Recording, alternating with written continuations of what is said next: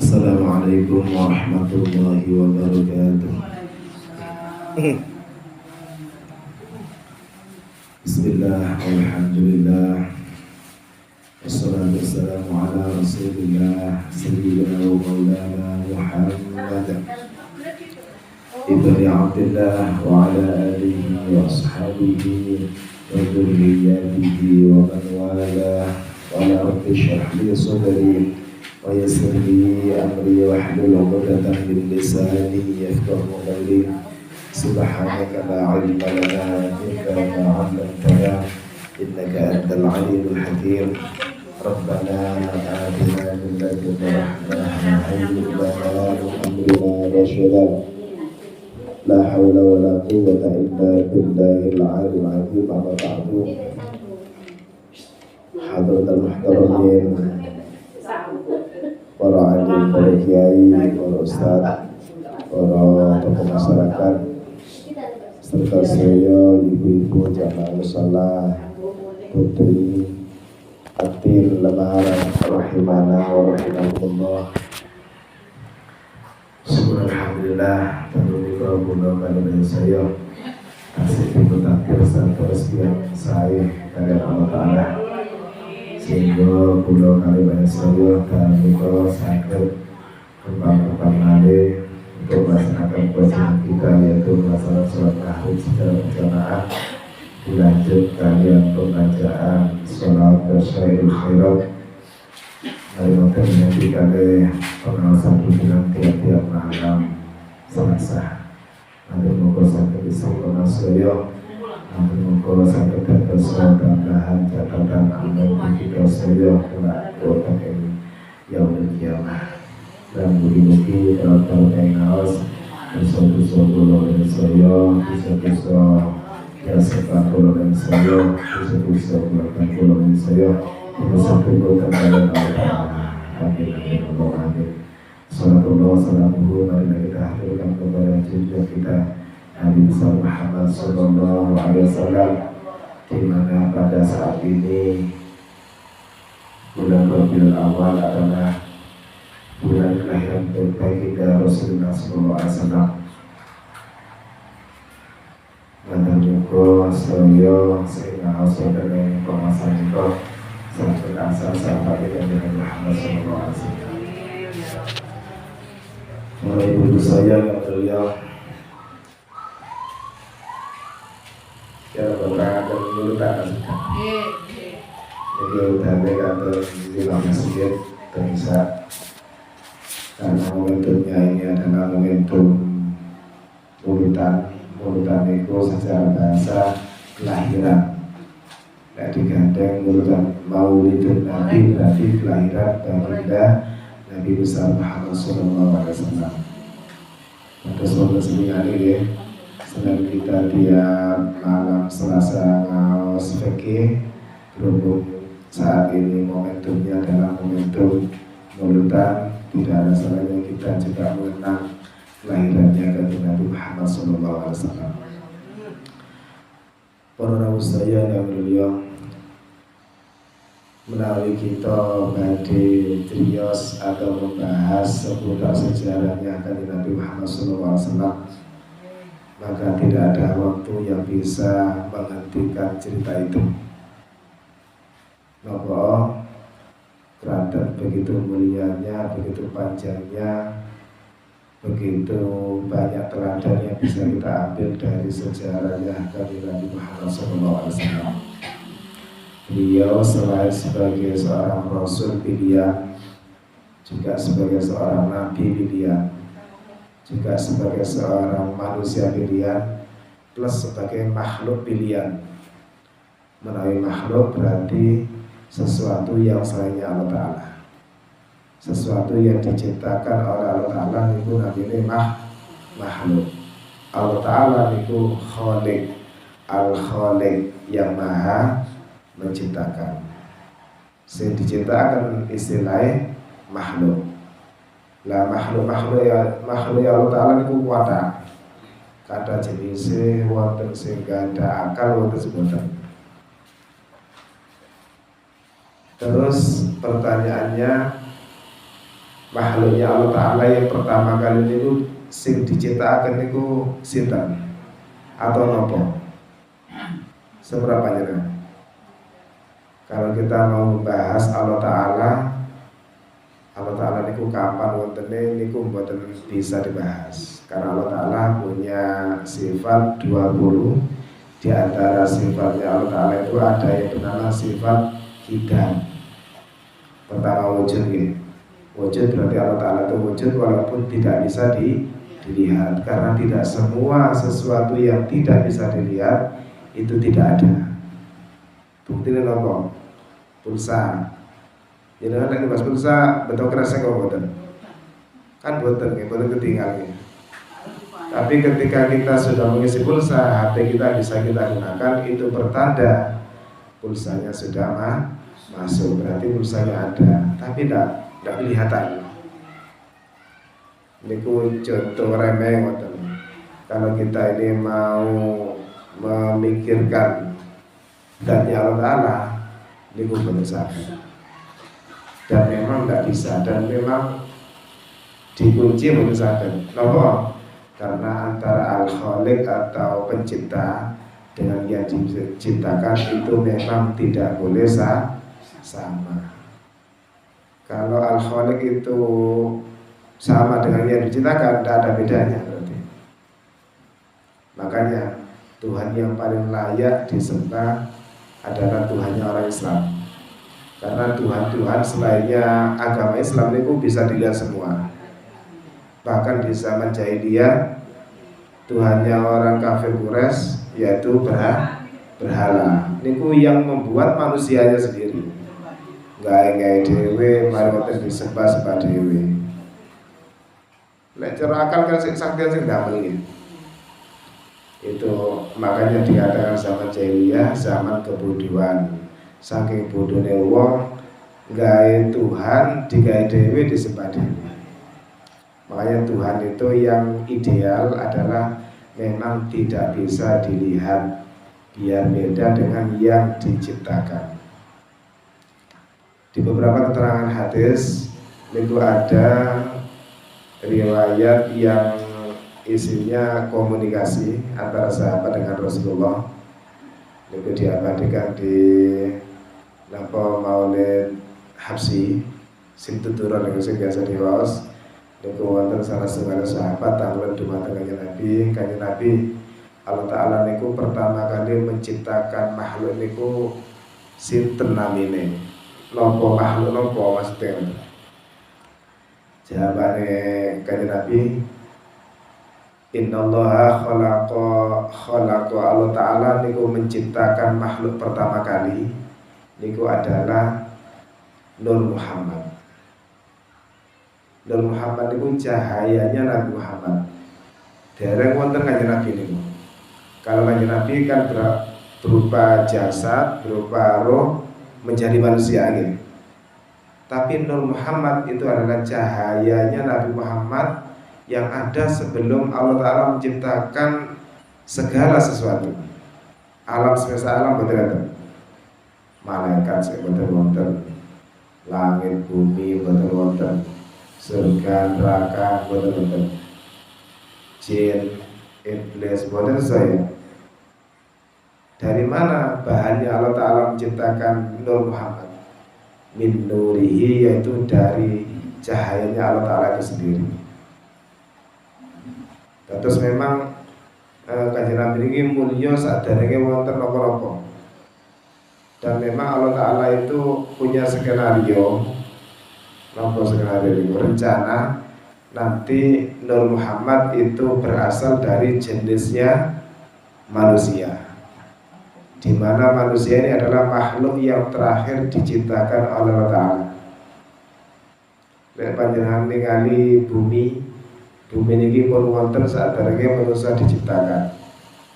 Bumi niki pun wonten isine saderenge manusia yang pertama diturunkan yaitu Nabi Adam, diturunkan dari surga ya. Niku bumi pun wonten di sini. Umurnya sudah jutaan tahun menurut riset atau penelitiannya ilmuwan. Sedangkan umurnya Nabi Adam mulai diturunkan dari surga diturunkan ke bumi sampai saat ini kurang lebih cuma 10.000 tahun. Nggak dihitung itu. Tapi sebelumnya itu bumi sudah ada isinya, umurnya sudah tua, bahkan umurnya sudah jutaan tahun. Jutaan tahun ini hasil riset dari ilmuwan, diilmiahkan bahwasanya yang bernama gas bumi sing diolah dados bensin, solar, terus damel bahan bakar pesawat itu loh, termasuk nopo termasuk yang damel aspal ya. Itu dari gas bumi. Gas bumi itu berasal dari binatang yang terpendam di dasar bumi, umurnya jutaan tahun. Itu menunjukkan bahwasanya bumi ini sudah berumur jutaan tahun dan ada penghuninya, yaitu berupa jenis hewan. Dan hewan itu makanannya adalah tumbuh-tumbuhan, berarti dibarengi dengan adanya tumbuh-tumbuhan. Makanya kata ilmuwan, batu bara itu umurnya jutaan tahun, berasal dari pohon yang tumbang lalu terpendam di dasar bumi, umurnya jutaan tahun. Itu menunjukkan bahwasanya bumi ini sudah tua, umurnya sudah jutaan tahun. Dan manusia ini adalah makhluk terakhir yang turun ke bumi untuk mendiami bumi. Sebelumnya sudah ada, termasuk makhluk halus yang jenengan kenal dengan istilah jin. Jin itu mendiami bumi sebelum ada manusia, yaitu bersama dengan hewan, bersama dengan tumbuh-tumbuhan. Umurnya tua-tua jin ini. Wonten malih teng Nur Muhammad atau cahayanya Nabi Muhammad. Allah Ta'ala menciptakan cahaya Nabi Muhammad itu lalu diturunkan kepada Nabi Adam, di mana Nabi Adam itu sebelumnya tidak ada, yang ada cuma malaikat. Seluruh makhluk ini semua yang taat pada Allah Ta'ala, termasuk iblis. Terus iblis itu sehingga ketika diciptakan adalah menjadi orang, menjadi manusia, menjadi makhluk yang begitu taatnya pada Allah Ta'ala, bahkan mengalahkan malaikat. Bahkan malaikat itu adalah murid-muridnya iblis. Sangat taat iblis dumateng Allah Ta'ala. Baru ketika Allah Ta'ala ini menciptakan manusia pertama, yaitu Nabi Adam, iblis diperintah untuk sujud bukan menyembah maksudnya. Sujud itu untuk menghormati ciptaannya Allah Ta'ala yang berupa Nabi Adam. Para malaikat semuanya nurut, taat, iblis menolak. Aba wastakbara, iblis menolak dan takabur. Enak temen, itu lo makhluk si anyar, dicipta khalaqahu min turabin. Manusia itu diciptakan dari tanah, aku teko geni. Terus iblis itu cuma satu kesalahan iblis itu, tidak diteliti. Semua perintah Allah Ta'ala itu dipenuhi, tapi satu perintah Allah Ta'ala agar iblis itu bersujud atau sujud at-tahiyat, tafsiran sujud itu tahiyat atau menghormati Nabi Adam, iblis menolak. Ini langsung Allah Ta'ala murka, sehingga iblis ini divonis masuk neraka selama-lamanya. Nah malaikat aman, karena malaikat semuanya bersujud kepada Nabi Adam, atau bersujud dalam arti menghormati. Sanes nyembah ya, mungkin sujud dimakan nyembah. Nah, menyembah selain Allah Ta'ala namanya syirik, kafir namanya. Ini buatan ini. Nah Allah Ta'ala menciptakan Nabi Adam memang punya rencana nanti Nur Muhammad ini ditaruh di Nabi Adam. Dan akhirnya Nabi Adam ini dititipi nurnya Nabi Muhammad atau Nur Muhammad. Di dalam badannya Nabi Adam itu terdapat Nur Muhammad. Berkara Nabi Adam niku walaupun dibawa kemana-mana, walaupun diturunkan dari surga ke bumi bersama istrinya Ibu Hawa, Nabi Adam aman. Kenapa? Karena beliau ini membawa misi besar, yaitu membawa nur Nabi Muhammad. Nabi Muhammad segera lahir kan ya. Paling penting Nur Muhammad niku turun ke nabi-nabi setelahnya Nabi Adam. Termasuk yang terkenal adalah Nabi Nuh. Seberapa Nabi Nuh ya? Nabi Nuh niku terkenalan kan ya.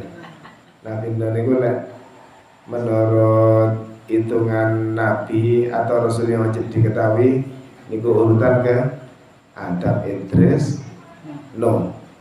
Nomor 3 ya.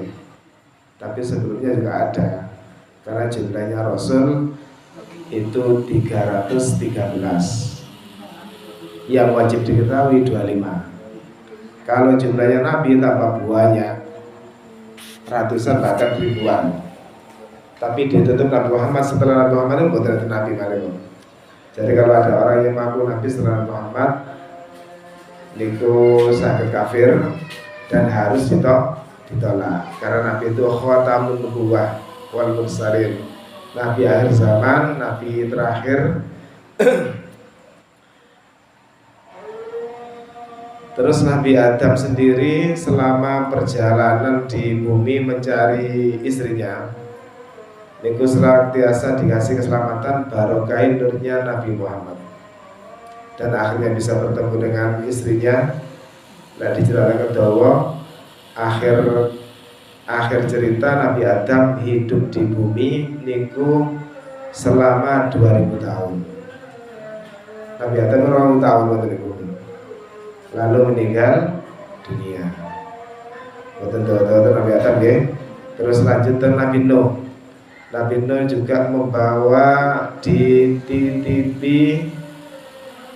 nurnya Nabi Muhammad di dalam tubuhnya, sehingga ketika terjadi banjir terbesar dunia, yaitu banjir topan, di mana banjir itu menghanyutkan isi dunia seluruhnya, bukan di Arab dong, tapi seluruh dunia waktu niku terkena banjir, sehingga semua manusia mati, semua hewan mati, kecuali yang ikut di perahunya Nabi Nuh, termasuk putranya Nabi Nuh, sinten kan Ali ya, itu juga mati karena betul. Dan Nabi Nuh ini dikasih keselamatan juga berkat barokahnya nurnya Nabi Muhammad yang bersemayam di dalam tubuhnya Nabi Nuh.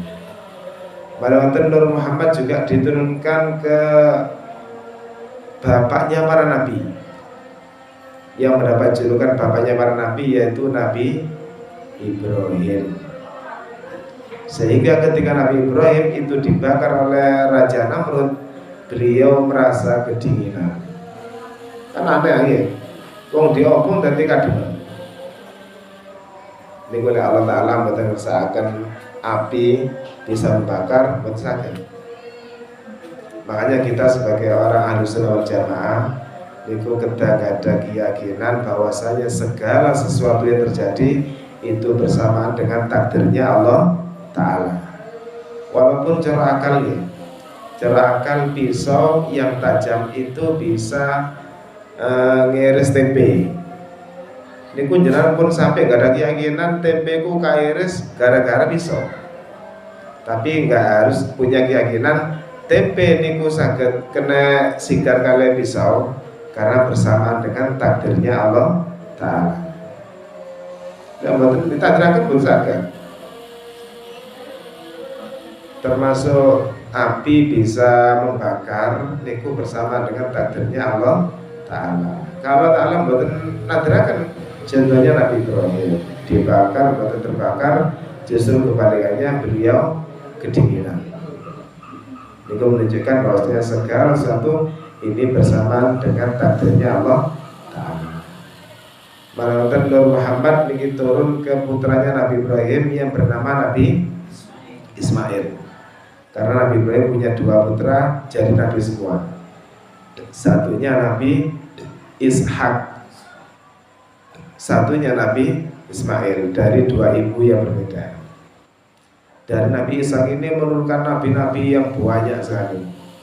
Nabi Dawud, Nabi Sulaiman, Nabi Musa, Nabi Harun, Ilyas, Dzulkifli, sampai terakhir Nabi Isa. Niku lewat jalur Nabi Ibrahim, Ishak, Nabi Ibrahim, terus Nabi Isa. Terus dari Nabi Ibrahim ke Nabi Ismail, niku tidak ada nabi. Sampai terakhir dumateng kanjeng Nabi Muhammad. Jadi nurnya Nabi Muhammad ini turun ke Nabi Ismail, dari Nabi Ibrahim ke Nabi Ismail, lalu ke orang yang bukan nabi, yaitu mbah-mbahnya kanjeng Nabi. Dan terakhir turun kepada Sayyid Abdullah. Sayyid Abdullah niki turun kepada tersinten abai kanjeng Nabi. Sayyid Abdullah niki menurunkan Nur Muhammad tersinten teng bojone, teng Siti Aminah. Baru dari Siti Aminah itulah Nur Muhammad ini turun ke aslinya, yaitu kanjeng Nabi Muhammad Sallallahu Alaihi Wasallam. Beliau lahir pada hari Senin pas subuh, tanggal 12 Rabiul Awal. Dikatakan tahun gajah karena masih belum ada tahun Hijriah. Tahun Hijriah itu wontene ketika masanya Sayyidina Umar menjadi khalifah jauh setelah Rasulullah wafat. Jadi zaman Nabi bukan tahun Hijriah, tapi sudah ada nama penanggalan Hijriah, nama bulan Hijriah. Rabiul Awal, Akhir, Rajab, Sa'ban, Ramadan, Ramadan saya. Terus Sayyidina Nabi niku lahirnya tanggal 12 Rabiul Awal. Semuanya aklamasi, semuanya ini menyaksikan atau tidak ada yang menyaksikan. Semuanya menyaksikan kalau Rasulullah itu lahirnya tanggal 12 Rabiul Awal hari Senin.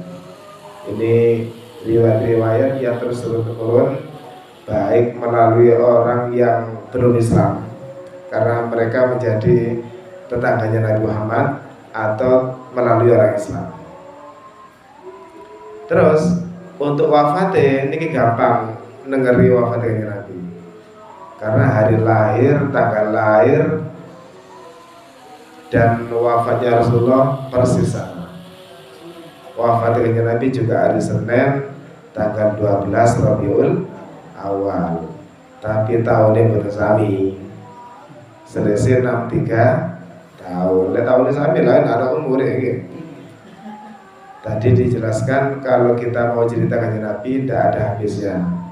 Ini saya durung mari cerita riwayat hidupnya. Sekali lahir langsung adan Pak Jalil ini. Mungkin lain waktu bisa kita bahas lagi. Muga-muga saya angsal barokahe mulutan atau niat memperingati kelahiran kanjeng Nabi, sehingga kula saya saged diakui sebagai umat kanjeng Nabi. Lan matur kula kaliyan saya, lan kula saya dipun paringi syafaat dumateng kanjeng Nabi Muhammad sallallahu alaihi wasallam. Saya kula menawi wonten salah tepat nyuwun agung pamunten wa akhiran wallahul muwaffiq ila aqwamit thoriq. Assalamualaikum warahmatullahi wabarakatuh.